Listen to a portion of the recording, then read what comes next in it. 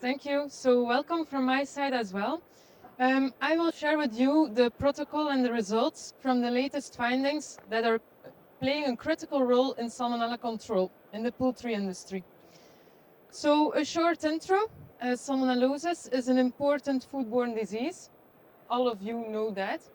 We did some research in collaboration with the University of Georgia in Athens, so in the US, and we will share the take-home messages and the conclusions coming from that research as well. A little intro on the salmonellosis, an important foodborne disease. It's a primary disease related to poultry meat, so that's why it's such a hot topic, and that's why we want to conduct research to elaborate on our protocols and products we can offer in the field. So the USDA estimated that more than 23% of the foodborne salmonella illness is coming due to eating poultry meat. Salmonellosis is directly affecting the poultry production and the reputation that the poultry production can have in the market. It can have major concerns for the end customers and the industry.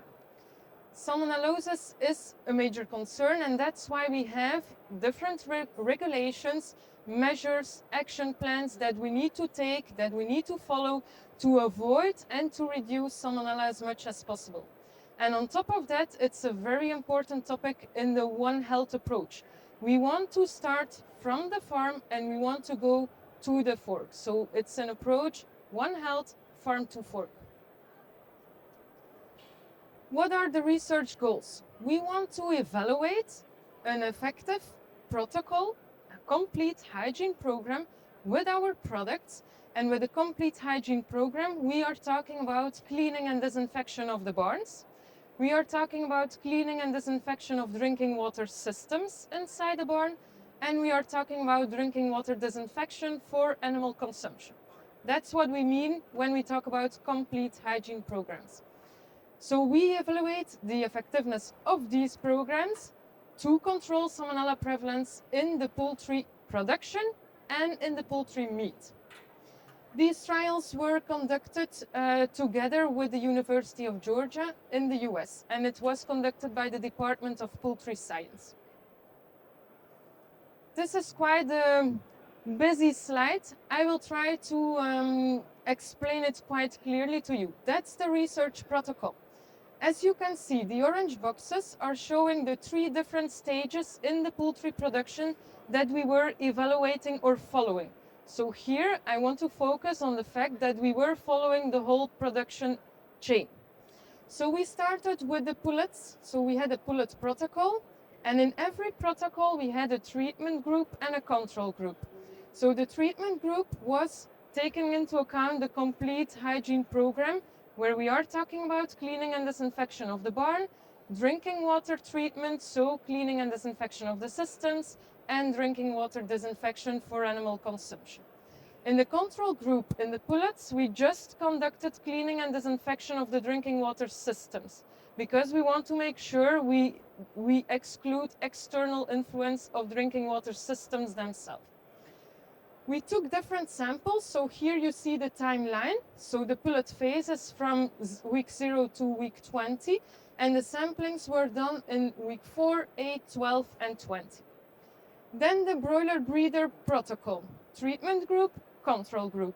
Same principle for the treatment group, a complete hygiene program, cleaning and disinfection of the barn, drinking water treatment, so cleaning and disinfection of the system, and drinking water disinfection for animal consumption. In the control group, nothing was done, so we compared to nothing. Here we took samples, so the timeline was from week 20 to week 64, and samples were taken at week 30, 34, 38, and 42. And then the broiler protocol, so in the broiler barns, treatment group, control group, we were taking into account drinking water hygiene, cleaning and disinfection of the drinking water system, drinking water disinfection for animal consumption, compared to nothing. Here we had a production cycle of 49 days, so we took samples at the first day, and we took samples at the last day, and then after we go to the processing plant, where we were taking samples at the pre-chilling phase in the processing plant. Just to give you an estimation, this research was done in an integration, a poultry integration. So we were taking into account 72,000 pullets divided on the treatment and control group, and we were taking into account 56,000 broilers in treatment and control group. So then we go to the results or the findings of this research trial. In the pullet phase, so in the first protocol, if we compare control and treatment, so the blue bars are showing the control groups, the green bars are showing the treatment groups, where we applied the full hygiene protocol. So here we can see that we can reduce Salmonella in the first weeks with 22%, and starting from 12 weeks age, we can eliminate Salmonella. That's quite a nice result that we can show, that we can go to 0 Salmonella in the later stages of the pullet phase. So until the end of the production cycle for the pullets.